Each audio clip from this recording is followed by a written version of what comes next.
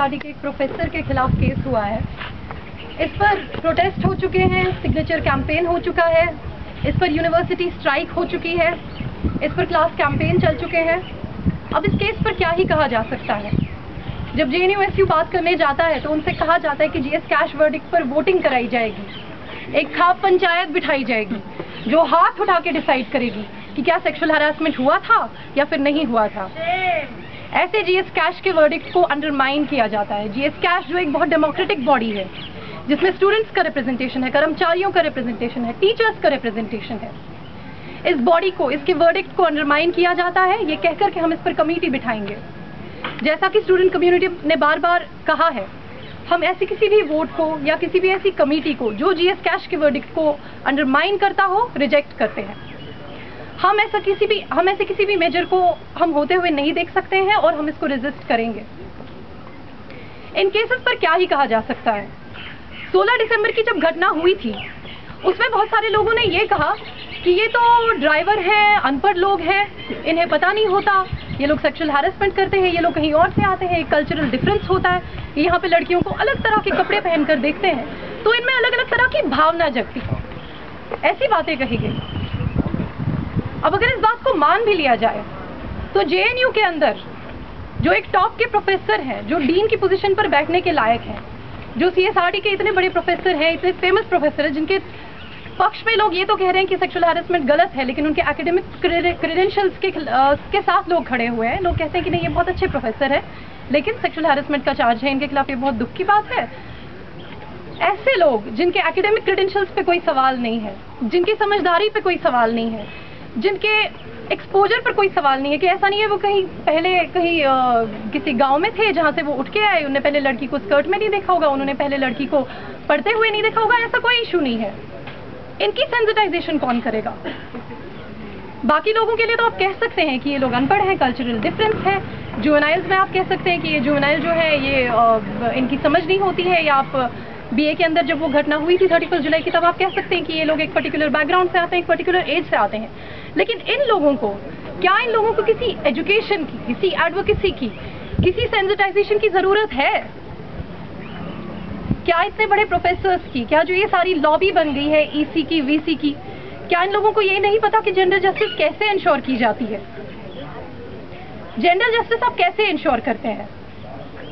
JNU के अंदर जो हम देख रहे हैं, GS कैश अपना वर्डिक्ट देता है और उसके बाद ये देखा जाता है कि वो जो वर्डिक्ट है वो किस व्यक्ति के खिलाफ है। क्या वो कोई पावरफुल व्यक्ति है या वो कोई साधारण व्यक्ति है? अगर कोई पावरफुल व्यक्ति है तो उसे शील्ड करने की पूरी कोशिश की जाती है, उसे इम्प्यूनिटी दी जाती है। जो बात मैंने बार बार कही है, जब भी आप इम्प्यूनिटी देंगे उस टाइम क्राइम, सेक्सुअल क्राइम, हर तरह का क्राइम बढ़ेगा। और ये भी JNU में ये बहुत एक अनफॉर्चुनेट प्रेसिडेंट सेट करता है कि हर किसी पावरफुल व्यक्ति के केस में आप उन्हें इम्प्यूनिटी दे रहे हैं, आप उन्हें शील्ड कर रहे हैं। इससे मैसेज क्या जाता है?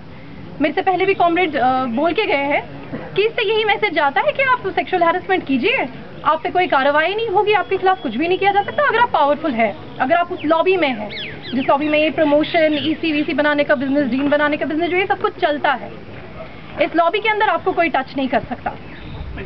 तो मैं पहले भी पूछ चुकी हूँ, ये ऐसी चीज, ये आफ्ता से अलग कैसे है?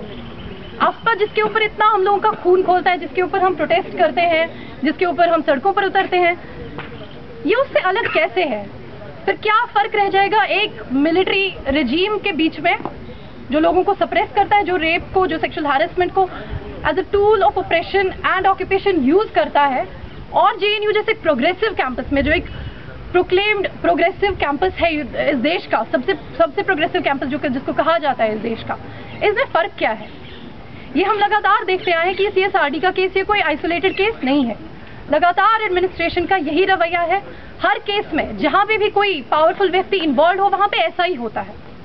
इसलिए अब स्टूडेंट कम्युनिटी की तरफ से ये डिमांड है कि GS कैश का वर्डिक्ट जो है वो एडमिनिस्ट्रेशन के ऊपर बाइंडिंग हो, उसके ऊपर कोई कमेटी नहीं बैठेगी, उसके ऊपर कोई खाप की तरफ वोट नहीं होगा, ये वर्डिक्ट बाइंडिंग होगा, आपको इम्प्लीमेंट करना पड़ेगा। इसी से जो जस्टिस का सवाल है, जो जेंडर इक्वालिटी का सवाल है, वो उसके आगे तभी बात कर सकते हैं जब हम पहले जस्टिस की बात करें। इक्वालिटी की तब हम बात कर सकते हैं जब हम जस्टिस की बात करें। सेंसिटाइजेशन भी इसका एक बहुत बड़ा हिस्सा है। इसके लिए 31 जुलाई का जो आपको पता होगा एक बहुत अनफॉर्चुनेट घटना हुई थी एसएल में, उसके बाद वीसी ने खुद एक 10 मेंबर कमेटी बिठाई थी। ये 10 मेंबर कमेटी बहुत सारे प्रोग्रेसिव रिकमेंडेशंस देती है। ये कहती है कि मसलन एक सुपरवाइजरी कमेटी होनी चाहिए।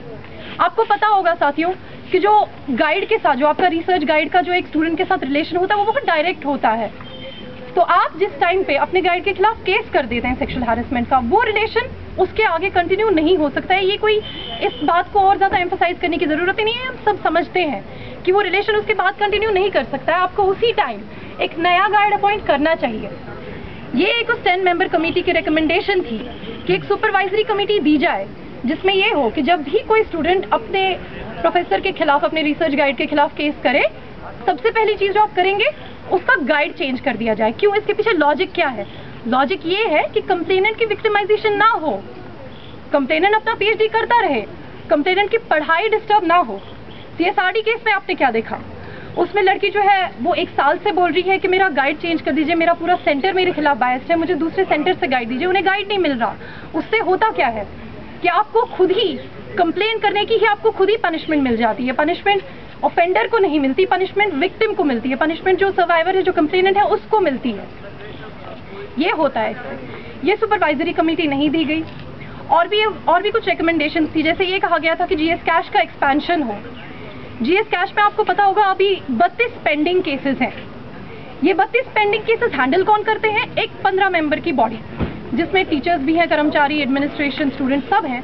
लेकिन उसका सबसे एक्टिव पार्ट स्टूडेंट्स हैं। स्टूडेंट्स पे उसके काम का सबसे ज्यादा बर्डन आता है। तो इसलिए हम कह रहे हैं, स्टूडेंट कम्युनिटी की एक डिमांड है और आईसा की तरफ से भी हम इस डिमांड को दोबारा रखते हैं कि जीएस कैश के अंदर स्टूडेंट्स का जो रिप्रेजेंटेशन है वो 2 से बढ़कर 4 हो। दोस्तों, इसके अलावा भी बहुत सारी डिमांड है। जेंडर जस्टिस जो है वो किसी मैजिक फॉर्मूला से नहीं आएगा, ये कोई रॉकेट साइंस नहीं। इसके लिए कंसिस्टेंटली, जैसे आप लोगों ने बार बार यहाँ पे आके अपना सपोर्ट जाहिर किया है, ऐसे ही एक तो इस सपोर्ट को बरकरार रखना पड़ेगा, बार बार आके प्रोटेस्ट करना पड़ेगा, बार बार आके आपको रेफरेंडम करना पड़ेगा, यूनिवर्सिटी स्ट्राइक जो भी कराना होगा वो करना ही पड़ेगा। लेकिन साथ में कुछ ऐसी भी चीजें हैं जिनसे एक जेंडर इक्वालिटी का मैसेज जाता है। जैसे आप जेएनयू के एडमिनिस्ट्रेटिव फॉर्म्स देखते हैं, उसमें आपसे आपके फादर का नाम या फिर हस्बैंड का नाम पूछा जाता है। ये नहीं होना चाहिए। ये हम कहते हैं कि जेंडर न्यूट्रलिटी जो है ये फॉर्म्स में भी आनी चाहिए।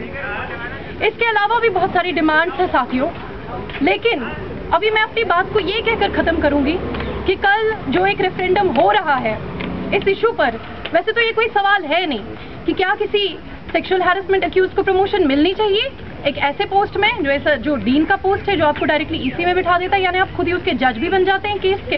जैसा कि कॉमरेड अकबर ने मेरे से पहले आके कहा कि आप अगर डीन हो जाते हैं तो आप अपने आप ईसी का मेंबर हो जाते हैं, और ईसी जो है वो जीएस कैश के वर्डिक्ट को लागू करेगा, तो खुद ही जज अपने खिलाफ ही फैसला देगा। ऐसा तो होगा नहीं। तो पहले तो ये कोई सवाल है नहीं, सवाल बहुत सीधा सा है कि नहीं, इसका जवाब है कि नहीं, उन्हें प्रमोशन नहीं मिलना चाहिए। लेकिन एक छोटा सा एग्जाम्पल देकर मैं उसे खत्म करूंगी कि इससे होता क्या है। अभी साथियों, आप में से कुछ लोगों को पता होगा कि कश्मीर के अंदर एक मिनिस्टर है कांग्रेस पार्टी के, उनके खिलाफ एक सेक्सुअल हैरेसमेंट का केस लगता है। तो बहुत जब इसके ऊपर बहुत आउटरीच होता है, जब इसके ऊपर बहुत सब लोग, मीडिया बात करती है, लोग बात करते हैं, तो प्रेशर में आके कांग्रेस पार्टी अपने मिनिस्टर से कह देती है कि आप रिजाइन कर दीजिए।